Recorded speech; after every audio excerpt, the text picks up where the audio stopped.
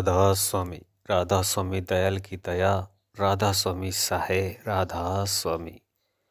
प्यारे सत्संगी भाइयों बहनों, आप सुन रहे हैं परम संत सतगुरु ताराचंद महाराज जी का 4 मई 1996 शाम का सत्संग। सो किस तरह फरमाते हैं महाराज जी, सुनिए। तो वह कौन सा है तुम प्रसाद झूठी रोटी गुरु की जो वह छोड़ देता है, या खुला किया वह प्रसाद नहीं। आजकल के गुरु नकल पकड़ते हैं। पूर्ण पुरुष का कुल्ला मारना होता है। आज जो गंदे आदमी भी प्रसाद में कुल्ला मारते हैं, मेरे गुरु ने ये बात नहीं सिखाई, पर मैंने घटिया आदमी कुल्ला मारते देखे हैं प्रसाद में, और उस प्रसाद को तुम खाओ। पूर्ण तो वे भी नहीं है, उसकी बीमारी ही तुम्हें लग जाएगी। अगर वो चोर है तो तुम चोर बन जाओगे, जार है तो तुम जार बन जाओगे। मैं नाम नहीं लेता, मेरा ये तजुर्बा है। एक आदमी था, उसके सारे ही चेले बागी हो गए और सारे ही चोर और बदमाश हो गए। वो कुल्ला मारता था। उसने अपनी चेली के 2 गर्भ गिरवाए। मेरे पास में इतिहास है, मैं किसी की बातें नहीं।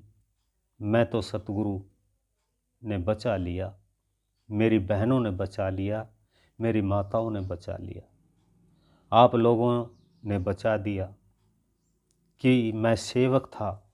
आप लोगों से डर करके मैंने किसी को हाथ भी नहीं लगाया।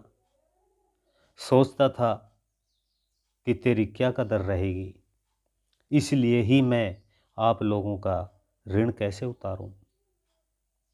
आप मेरे गुरु के रूप हो सभी ही, मैं अपने गुरु का ऋण उतारता हूँ, तो आप भी तो मेरे सब गुरु हो। माता बहन भी मेरी माताएं हैं। मैं तो अपना ऋण उतारने के लिए आपके पास में बैठा हूँ। दूसरे ही शर्म से बच करके उन लोगों के काले मुंह हो गए, उनका झूठा खा करके उनके गुण उनमें आ जाते हैं। मेरा झूठा प्रसाद अगर एक बार भी ले लोगे तो तुम्हारी 7 पीढ़ियां तिर जाएगी। पर कौन सा झूठा प्रसाद? मैं जो रोटियां खाता हूं उस झपटी मार करके खा लिया, वो झूठा प्रसाद नहीं है। मेरी जुबान से जो बातें निकल रही है, ये मेरा प्रसाद है, ये मेरा उपदेश है। मैं कथा वार्ता की बातें नहीं कहता हूं कि तुम भवसागर से तिर जाओगे, ये प्रसाद है। ये प्रसाद क्यों है? ये जुबान से निकलता है। दृष्टि डालने से, हाथ लगाने से प्रसाद बनता है, पर सबसे पवित्र तो जीभ से लगाने वाला ही प्रसाद मानते हैं। मैं ये कहता हूँ नहीं, जुबान से जो निकलता है वही सबसे उत्तम प्रसाद है। आ जाना मेरे पास, खुला दरबार है, और मेरे से बात कर लेना। मेरे साथ कोई बात नहीं कर सकता, क्योंकि मेरा अनुभव और तजुर्बा है। ये बातें तुम सुन नहीं सकते हो। मैंने तो ये बातें बड़े ही बेधड़क होकर के कही, इसलिए कहता हूँ असली प्रसाद है जो आप लोगों को बांट रहा हूँ। आप इस पर अमल करो। अमल करे सोई पावे अवधू, अमल करे सोई पावे, बिना अमल दर दर के धक्के खावे। सो अमल करोगे तो तिर जाओगे। सो मैंने आप लोगों को बता दिया कि ये तो प्रसाद है। 10वां हिस्सा क्या है, उसकी तो मैं आप लोगों से झोली पसार करके भीख मांग रहा था। मुझे क्या गर्ज है? हाँ, गर्ज है क्या? संत का अपनाया हुआ जीव नरक में जाता है, तो उसके गुरु को बट्टा लगता है। इन गुरुओं ने तो यही कहा है कि आप अपने धन का 10वां हिस्सा भी दे देते हो, तिर जाओगे। मैं कहता हूँ कि नहीं, वे तो यदि धन दोगे तो वैसा ही धन आपको मिल जाएगा। 10वां हिस्सा क्या देना है, वे तो यही है कि तुम 2.5 घंटे ध्यान में बैठा करो, 1.25 घंटा सवेरे, 1.25 घंटा शाम को दो। अगर आनंद अच्छा आ जाए तो बड़ी भारी शांति मिल जाती है। और आप आज़ाद हो तो 2-2, 2.5-2.5 और 5-5, 7-7 घंटे बैठो, फिर कोई भी तकलीफ नहीं होगी, बड़ी भारी शांति मिलती है। मैंने वही तो संतों के शब्दों का अर्थ करके बताया है आपको। नहीं मैंने कोई कथा वार्ता बताई, मैंने तो आप लोगों को असलियत बताई है। सो आप बुरा मत मानना, तुम ये समझ गए होंगे कि तुम तो कृतधन्य हो, तुम तो अपने वादे को भूले बैठे हो। मैंने आप सबको याद दिला दिया है कि यदि गर्म में तुमने कॉल किया था, उस कॉल को अब याद कर लो। मैं भी अब ये बातें बताता हूँ कि बड़ा टाइम मिला है।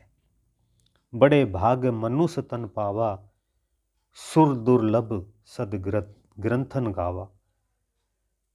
इस मानव चोले के लिए जो देवी देवता भी तरसते हैं और हम इसे कुत्ते बिल्ली और जानवरों की तरह से बर्बाद कर देते हैं। शराब कबाब और विषय विकारों में, चोरी बदमाशी और ठगी में भी बर्बाद कर देते हैं। इस मानव चोले को लानत है हमको, सो ही हमें बच करके रहना चाहिए और अपना जीवन पवित्र रखना चाहिए। बात तो मैं 2 बोल रहा था, पर क्या करूं, मेरे बस की बात नहीं थी। वह बातें मैंने आपको बता दी है। आप अपना फर्ज उतारते हो और निभाना चाहते हो तो मेरी बात के ऊपर अमल करके काम करना। मेरा सत्संग थोड़ा सा ही काफ़ी था, आगे आप लोगों की मर्जी है। मैं ये नहीं कहता हूँ कि उसने ये कहा और उसने ये कहा। उसने जो कहने का हक था वह कह दिया, मुझे जो कहने का हक था सो मैंने कह दिया। मैं भी उनका बेटा हूँ। जो बाप को हक था तो उनका बेटा भी कह सकता है। इसलिए मैंने जो सेवक बन करके ही कहा है, और आगे तुम्हारी मर्जी है। जिन्होंने मेरी बात पर अमल कर लिया और विश्वास करके लग गए तो उन्हें भटकने की ज़रूरत नहीं है, वो तिर जाएंगे। वे तिर गए, तिर गए, तिर गए। ये और भी बता देता हूँ। और जो उस वचन से मुड़ गए वे गिर गए, गिर गए, गिर गए, गिर गए। ये बात मेरी सोच लेना। मैं न ही कोई कवि हूँ, न ही कोई संत हूँ, सेवक हूँ। सेवक का दर्जा भी मैंने बता दिया। ये बहुत बड़ा, इतना बड़ा है कि ठिकाना ही कोई नहीं है सेवक का दर्जा। अगर तुम जानते हो तो सेवक गुरु को नचा सकता है। सेवक भगवान को नचा दे, चाहे 100 सेवक कर सकता है। आपने ये बातें सुनी होगी कि राम गुण गावना भक्तों को आवे से, हरि को रिझावना भी भक्तों को आवे से। भगत सेवक होता है, वह चाहे सो कर सकता है। कृष्ण को था नेम में शास्त्र नहीं उठाऊंगा। भीष्म पितामह बोला कि हरि के हाथ में शस्त्र दिवाऊंगा। नेम का तुड़वावना भी भक्तों को आवे से और हरि को हरावना भी भक्तों को आवे से। और कृष्ण के हाथों में शस्त्र दिलवाना भी भक्तों को आता है। उसने पहिए को ही उठा लिया। सो ही तुम सोचो मैंने आप लोगों को क्या कहा। अब ये न कह देना कि अभी तो कहते थे कि मैं प्रमाण नहीं देता, पर अब ये प्रमाण दे दिया। ये प्रमाण तुम्हें पिछली बातों पर तसल्ली करने के लिए दिया है।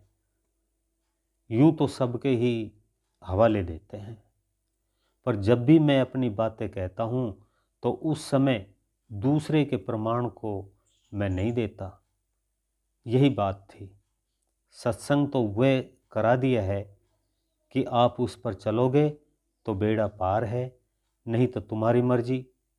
मेरा तो फर्ज था और मेरे गुरु की ड्यूटी थी, उसका ऋण उतारता हूँ। राधा स्वामी। अभी आप सुन रहे थे परम संत ताराचंद महाराज जी का ये सत्संग। इससे आगे का भाग सुनने के लिए वीडियो को लाइक करें, चैनल को सब्सक्राइब करें, ज़्यादा से ज़्यादा शेयर करें। सभी सत्संगी भाई बहनों को मेरा हाथ जोड़ करके राधा स्वामी जी।